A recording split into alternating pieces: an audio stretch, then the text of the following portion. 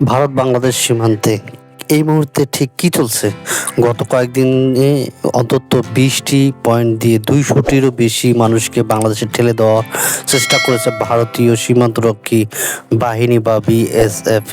আন্তর্জাতিক গণমাধ্যম বিবিসি বাংলার একটি সাম্প্রতিক রিপোর্টেও চাঁপাইনবাবগঞ্জ সীমান্তে এই উদ্বেগজনক চিত্র উঠে এসেছে। ঠিক হঠাৎ করে এই পুশ ইনের হিড়িক কারা এই মানুষগুলো, আর কেনই বা ভারতকে এতে জোরপূর্বক বাংলাদেশে পাঠাতে চাচ্ছে?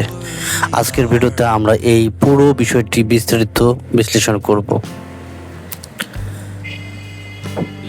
সোশ্যাল মিডিয়ায় সম্প্রতি একটি ভিডিও বেশ ভাইরাল হয়েছে, যার শিরোনাম হচ্ছে ভারত কেন অবৈধ পুশিং করছে। এই আলোচনায় রেশ কাটাতে না কাটাতে বিবিসি বাংলা মাঠ পর্যায়ে একটি সুনির্দিষ্ট ডেটা সামনে নিয়ে এসেছে। জুন 2026 এর একদম তাজা খবর অনুযায়ী আমাদের সীমান্তরক্ষী বাহিনী বা বিজিবি এবং স্থানীয় মানুষ গত কয়েকদিনে সীমান্তে অন্তত 20টিরও জায়গা রাত জেগে এই পুশিনের চেষ্টা রুখে দিয়েছে। বিশেষ করে 3 জুন ভোররাতে চাঁপাইনবাবগঞ্জের সীমান্তে বিএসএফের এমন একটি ব্যর্থ করে দেওয়া হয়। এই ঘটনাগুলো প্রমাণ করে বিষয়টি এখন আর কোনো বিচ্ছিন্ন ঘটনা নয়, বরং এটি একটি সুপরিকল্পিত প্রক্রিয়ার অংশ হয়ে দাঁড়িয়েছে। ভারত ও বাংলাদেশের মানচিত্র সীমান্তে বিএসএফ এবং বিজিবির পাহারা দেওয়ার প্রকৃতি ক্লিপ বা ছবি।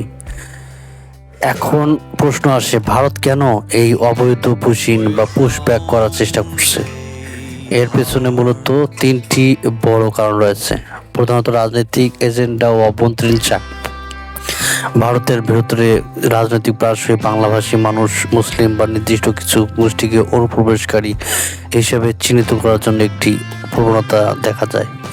স্থানীয় রাজনৈতিক ফায়দা লুটতে অনেক সময় সীমান্ত দিয়ে এদের ঠেলে দেওয়ার চেষ্টা করা হয়। আইনি ও নাগরিকত্ব বিতর্ক। ভারতে এনআরসি, সিএএ সংক্রান্ত বিতর্কের পর থেকে একটা বড় অংশের মানুষ নাগরিকত্ব নিয়ে জটিলতা তৈরি হয়েছে। অনেক সময় ভারতের বিভিন্ন রাজ্য থেকে বাংলাভাষী সাধারণত মানুষকে ধরে এনে সীমান্তে জড়ো করা হয় বাংলাদেশে পুশিং করার জন্য। আন্তর্জাতিক আইনে লঙ্ঘন। আন্তর্জাতিক নিয়ম অনুযায়ী কোনো দেশের নাগরিকত্বের জন্য অন্য দেশে পুশব্যাক করা হলে দ্বিপাক্ষিক আলোচনা ও আইনি প্রক্রিয়া মেনে চলতে হয়। কিন্তু সীমান্তে কোনো আলোচনা ছাড়াই রাতের অন্ধকারে জোরপূর্বক মানুষকে ঠেলে দেওয়া স্পষ্টতাই সার্বভৌমত্বের ওপর আঘাত।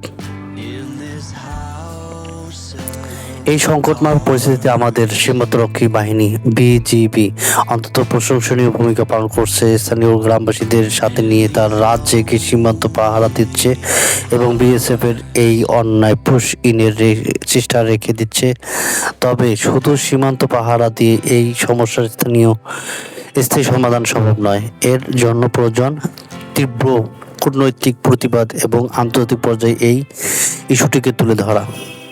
বাংলাদেশ ভারত সীমান্তকে বলা হয় বিশ্বের অন্যতম সংবেদনশীল সীমান্ত, যেখানে এই ধরনের পুশ ইন দুই দেশের দ্বিপাক্ষিক সম্পর্কে আরো জটিল করে তুলেছে। এ বিষয়ে আপনার মতামত কি? ভারতের এই পুশ ইন নীতি রাজ বন্ধ করতে বাংলাদেশের আর কি পদক্ষেপ নেওয়া উচিত বলে আপনি মনে করেন? কমেন্টে তা বিস্তারিত জানাবেন। পুশিং মূলত এই কয়েকদিন থেকে বাংলাদেশের অনেক অঞ্চলগুলোতে বেশি পরিমাণ দেখা দিয়েছে। এই কিছুদিন আগেই ঠাকুরগাঁয়ে 11 জনকে, যেটা আসলে বাংলাদেশ এবং ভারতের বৈঠক করে তা সহজে সমাধান করা যাচ্ছিল না।